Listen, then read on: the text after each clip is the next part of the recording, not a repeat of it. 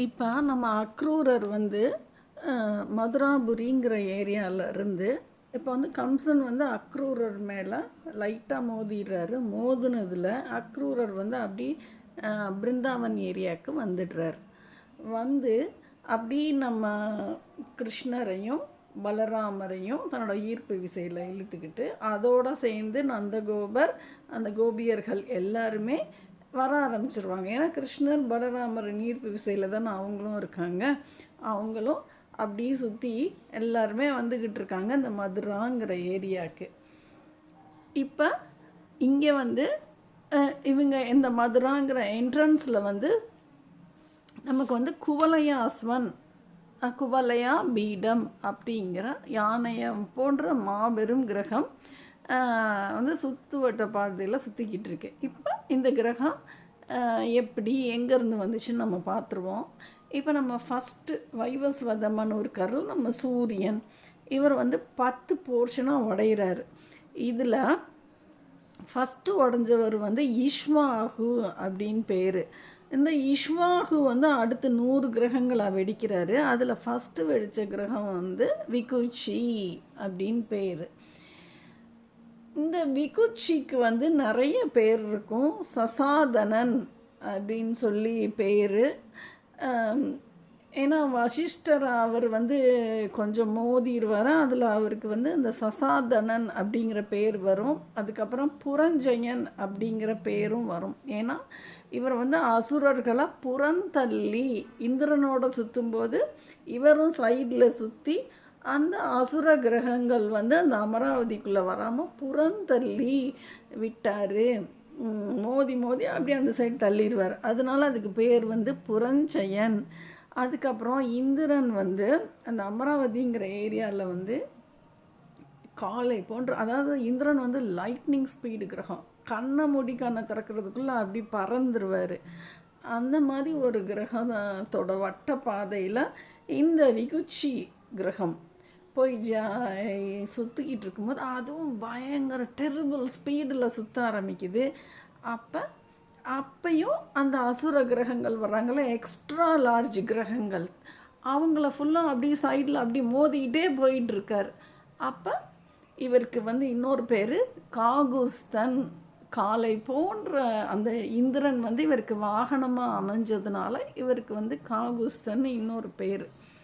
இப்போ இந்த விகுச்சி, சசாதனன், புரஞ்சயன், காகுஸ்தன் எல்லாருமே ஒரே ஆளுக தான், ஒரே கிரகங்கள் தான். இவங்க கிட்ட இருந்து இப்போ அடுத்து வெடிச்சு சிதறின கிரகம் பிருது, அவர்கிட்ட இருந்து சந்திரன், அவர்கிட்ட இருந்து யுவனாஸ்வன், அவர்கிட்ட இருந்து பரமதர்ஷன், அவர்கிட்ட இருந்து சவாந்தன். இப்போ இந்த சவாந்தன் அப்படின்னா, ஏன்னா ஏற்கனவே இவர் இந்த விகுச்சி வந்து இந்திரனோட குரூப்பில் தான் சுற்றிக்கிட்டு இருக்காரு. இப்போ இந்திரனுக்கு அமராவதின்னு அந்த ஏரியா இருக்கலாம், அதே போல் சவாந்தன் சவந்தி அப்படிங்கிற ஏரியா இருக்கும். அந்த ஏரியாவை போலயே இவர் தன்னோட ஏரியாவையும் வச்சுக்கிட்டு இருந்ததுனால இவருக்கு பேர் சாவந்தன் அப்படிங்கிற சவாந்தன் அப்படிங்கிற பேர். சவாந்தி நகரை போன்று தன்னுடைய நகரத்தையும் நிர்மாணித்ததுனால இவருக்கு பேர் சவாந்தன். இப்போ இந்த சவாந்தன் கிட்டேருந்து வெடித்து வெளிவந்த கிரகம்தான் இந்த குவலயாஸ்வன். இந்த குவலயாஸ்வன் தான் இப்போ இந்த மாபெரும் இந்த யானை போன்ற பலம் பொருந்திய அந்த கிரகம். இப்போ இந்த குவலயாஸ்வன் வந்து தான் இப்போ வந்து நம்ம மதுராவில் சுற்றிக்கிட்டு இருக்காரு. இப்போ இந்த குவலயாஸ்வனுக்கு அப்புறம் யார் யார் வந்தாங்கன்னு பார்த்துருவோம். அவருக்கு அடுத்து வந்தவர் திருடாஸ்வன், அவருக்கு அடுத்து அரியஸ்வன், அவருக்கு அடுத்து பர்ஹனாஸ்வன், அதுக்கடுத்து கிருஷ்ணாஸ்வன், அதுக்கடுத்து பிரசேனஜித், அதுக்கப்புறம் தான் யுவனாஸ்வன் வர்றார். இந்த யுவனாஸ்வன் தான் ஒரே ஆண் கிரகம். அது வெடித்து மாந்தாதா அப்படிங்கிற மாபெரும் தாதாவாக ஆனால் பெரிய கிரகம் வந்துச்சு. அதுக்கிட்ட இருந்து தான் புருகுச்சன், முசுகுந்தன், அம்பரீஷன் இவங்கெல்லாம் வர்றாங்க. இப்படி இந்த குரூப் வந்து பெருசாக போயிட்டே இருக்குது. இதுக்கப்புறம் இந்த அக்ரூரர் யார் அப்படின்னு சொல்லி நம்ம பார்த்துருவோம். ஏன்னா மதுராங்கிற ஏரியாவில் இருந்தால் அக்ரூரர் கம்சன் மோதினோன்னா அப்படி லைட்டாக பிருந்தாவன் பக்கம் தன்னோட சுற்றுவட்ட பாதையை சுற்றுறாரு. இப்போ இந்த அக்ரூரர் யாருன்னா, நம்ம புதன் கிரகம் இருந்துச்சுல்ல, அதுக்கிட்ட இருந்து வெடிச்சு செதறினவர் தான் புரூரவசு. புரூரவசு கிட்ட இருந்து வெடிச்சு செதறின கிரகம் தான் நகுஷன். புரூரவசுக்கும் ஊர்வசிக்கும் அந்த நகுஷன் கொஞ்ச நாள் இந்திரனா இருந்திருக்காரு. இந்த நகுஷன் கிட்ட இருந்து வெடிச்சு செதறின கிரகம் தான் நம்ம யயாதி. இந்த யயாதிக்கும் சுக்கரன் கிட்ட இருந்து வெடிச்சு செதறின தேவயானிக்கும் பிறந்த கிரகம்தான் யது. இந்த யது குரூப்பை தான் நம்ம இப்போ பார்த்துக்கிட்டு இருக்கோம். யது குரூப்பில் வந்து யது கிட்ட இருந்து செகண்ட் வெடித்தவர் குரோஸ்டு. இப்போ அப்படி நிறைய கிரகங்கள் வருது. அதிலிருந்து வந்த கிரகம் விதர்ப்பன்.